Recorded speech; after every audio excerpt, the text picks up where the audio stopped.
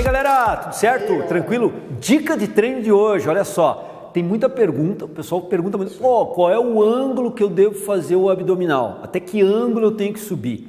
E aí tem uma discussão aqui no Treino em Foco, aqui nos vídeos que nós já produzimos, a discussão de quando que eu dou uma ênfase dinâmica do trabalho reto abdominal e oblíquos, flexores tóraco-lombares, no movimento do abdominal, e quando que eu dou ênfase nos flexores do quadril.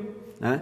Então eu posso estar fazendo um abdominal ênfase nos flexores do quadril, ilho psoas, reto femoral e sartória, falando dos principais, posso estar dando ênfase nos flexores tóraco-lombares, né? Da região da coluna vertebral. E isso depende do ângulo. E a galera pergunta muito, qual é o ângulo ideal? Eu tenho que subir 45 graus? Parece que o número cabalístico aí, o ângulo cabalístico é 45 graus. Tem que ser 45 graus. Senão morre. E depois da vinheta, que tu não estava mais lembrando da vinheta, claro, tu não estava mais lembrando da vinheta. Aquecendo a voz. Depois da vinheta nós vamos discutir, será que é o ângulo 45 graus mesmo, o ângulo ideal para se fazer essa subida até 45 graus é reto abdominal, depois de 45 graus não é reto abdominal, vamos discutir logo depois da... Roda a vinheta, Jeff. Aí, os caras estão inovando, meu, olha só.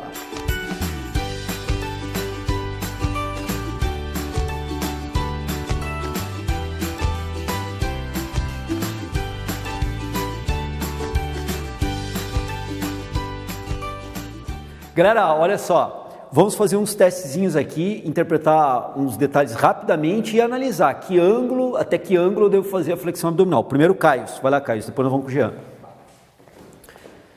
Vou fazer o clássico aqui, o abdominal clássico. O Caio está com o joelho flexionado, está com o corpo deitado sobre o solo, antebraços cruzados em X na frente do tórax, mão nos ombros. Não vai alterar a distância queixo e peito para não fazer flexões cervicais, e aí tu vai fazer uma flexão tóraco-lombar da coluna vertebral. Isso é uma flexão tóraco-lombar e voltou. Faz de novo, flexão tóraco-lombar e voltou. Vejam bem, quando o Caio faz esse movimento, a ação dinâmica é de reto abdominal e oblíquos, principalmente reto abdominal, para fazer esse movimento, já que eles são flexores tóraco-lombares, tá? Essa flexão dinâmica tende a retroverter a pelve durante o trabalho, que é a outra inserção do reto abdominal, tende a retroverter a pelve. A ação dos flexores do quadril já está acontecendo isometricamente para travar a pelve, evitar essa retroversão ou essa inclinação posterior, mais modernamente chamada, pelo reto abdominal e os oblíquos. Dependendo da força de reto abdominal e oblíquos nessa condição, que são os músculos motores do movimento, e da sobrecarga gerada por esses pesos, vai definir o ângulo que o indivíduo consegue subir sem deslocar a lombar do solo. Porque no momento que ele começa a deslocar a lombar do solo é o momento em que as vértebras lombares se deslocam e o movimento de flexão do quadril começa a ocorrer.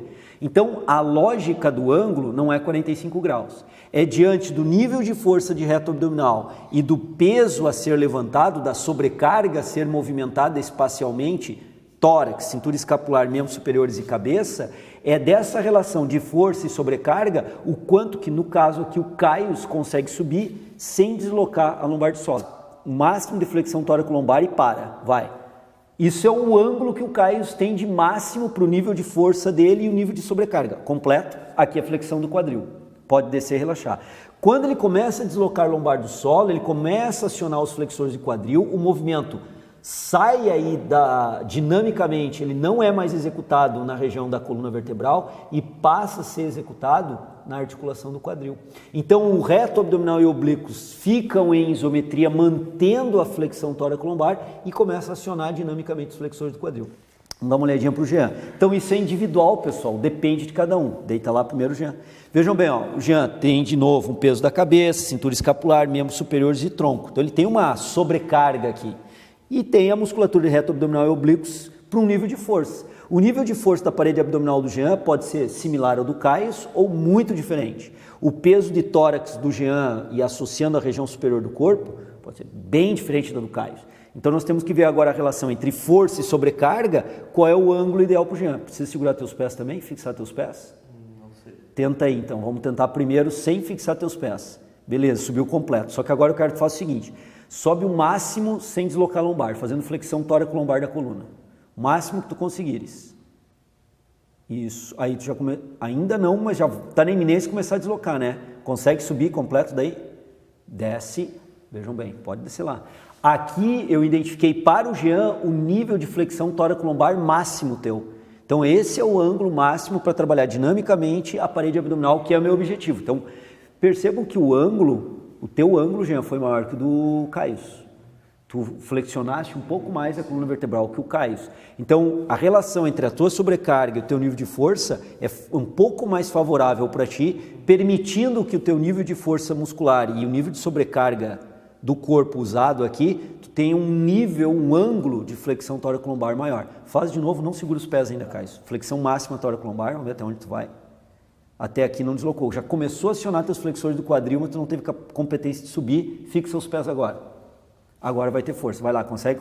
Agora vai conseguir. Flexão do quadril, galera. Volta e desce. Pode acontecer com clientes de vocês que seja bem menor do que isso. A pessoa faz uma pequena flexão tóraco-lombar da coluna, reto abdominal fraco, oblíquos também fraco, não consegue mais do que isso e aí começa a acionar flexor do quadril bem mais prematuramente. Pode acontecer? Pode. Então qual é o ângulo ideal para esse indivíduo? Um ângulo bem mais curto, uma angulação bem menor do que os guris estão fazendo aqui. Pode acontecer de outras pessoas com peso do tórax menor, né, ter menos volume muscular, ter grande força abdominal e o ângulo de flexão tóraco-lombar ser bem maior do que o ângulo que nós estamos mostrando aqui. E a partir de um ângulo de flexão tóraco-lombar grande que ele passa tardiamente, vamos colocar assim, a acionar de forma dinâmica os flexores do quadril. Então a ideia é, qual é o ângulo? Não existe padrão de 45 graus. Cada indivíduo tem que ser visualizado. Dica importante para fechar a videoaula. Como é que vocês podem identificar? Não segura os pés, sai daí, Caio. Faz a tua flexão máxima tóraco-lombar. Tenta subir completo. Normalmente o indivíduo não vai conseguir com os pés próximos ao glúteo. Esse é o ângulo de flexão tóraco-lombar máxima do Jean. Beleza, Jean? Sai agora, volta o Caio. Vamos testar o do Caio. Vamos fazer o mesmo esquema.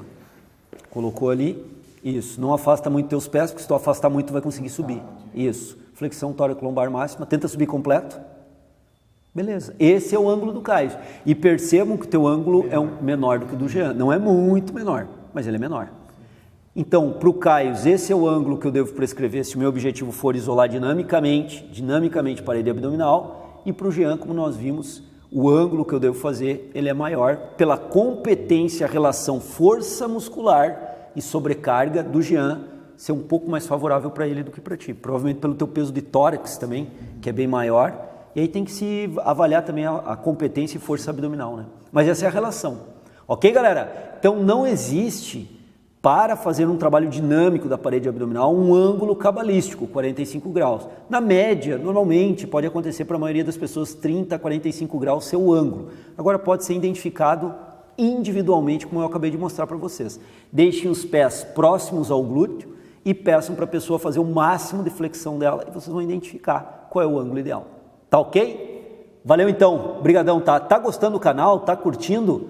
Assina o canal, aciona o sininho para as notificações, comenta para os colegas de aula, para os colegas da academia, divulga o Treino em Foco, vocês vão estar nos ajudando demais fazendo isso, tá certo?